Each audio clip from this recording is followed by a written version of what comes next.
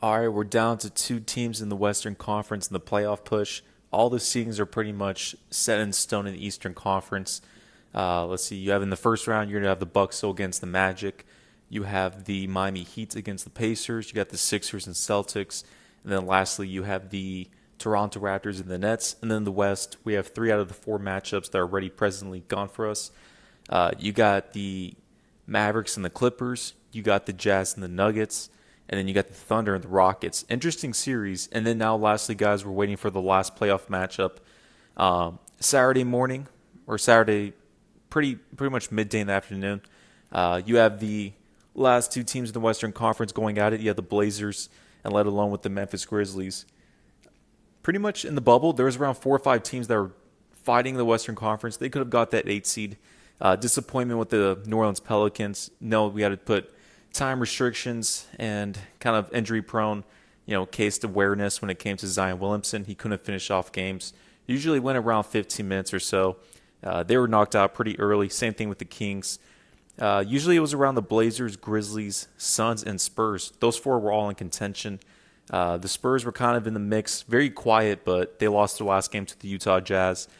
Kudos to the Phoenix Suns, went 8-0 in the playoffs, or actually, my bad, in the NBA bubble. Devin Booker, great kudos to him. I think that team has a bright future ahead of them. Next season, they're going to be fighting to get into the playoffs. I don't know if they'll make it because now you have the Golden State Warriors coming back in the mix, and you have a bunch of younger teams going to be fighting for their even teams like that won't make the playoffs, but like the Timberwolves and Kings, they're still young and they're going to be knocking on the door. But now, kudos to the Suns, especially with Monty Williams and the crew and DeAndre Ayton. They'll be back next season. I think they'll probably be around mid 40 games, around 40 to 43 in that mix. But now we're down to two teams. You have the Memphis Grizzlies, and then we have the Portland Trail Blazers. Kind of breaking down these two, looking down at each of these teams, there's good cases for both. I think everyone can pretty much agree that the momentum's going for the Portland Trail Blazers. When we're looking at the Grizzlies, they're 2-6 in the bubble.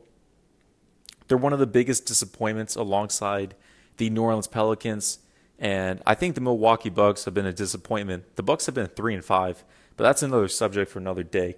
The Grizzlies, they don't have Jaren Jackson. He was injured. Justice Winslow, Tyus Jones as well. So they're missing three pretty good role players, let alone a starter on their team. With John Morant, he's inexperienced. This is his rookie season. We don't know if he can be able to handle the pressure. I think this is going to be a great exhibition game against the Blazers, let alone with the Memphis Grizzlies. And on the Blazers side, they're actually flipped around. They've been 6-2 in the bubble. Damian Lillard is pretty much the bubble MVP as it comes down to it. He's had historic games. He's pulled up 61 points, 50, 40-point games. In the last 3 games, he scored over 150 points, which is insane. Pretty much him and Skip Bayless have gone back and forth. Damian Lillard likes all the motivation he can get. This is personal for him.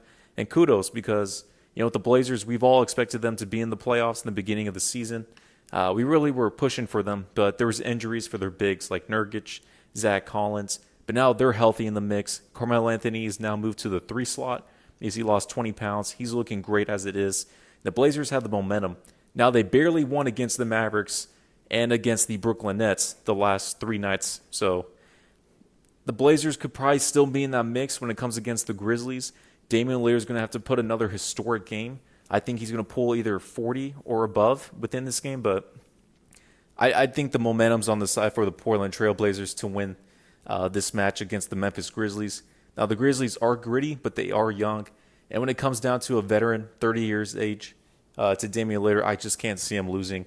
I mean, he went this far, and just to lose to the Grizzlies, I can't see it happening.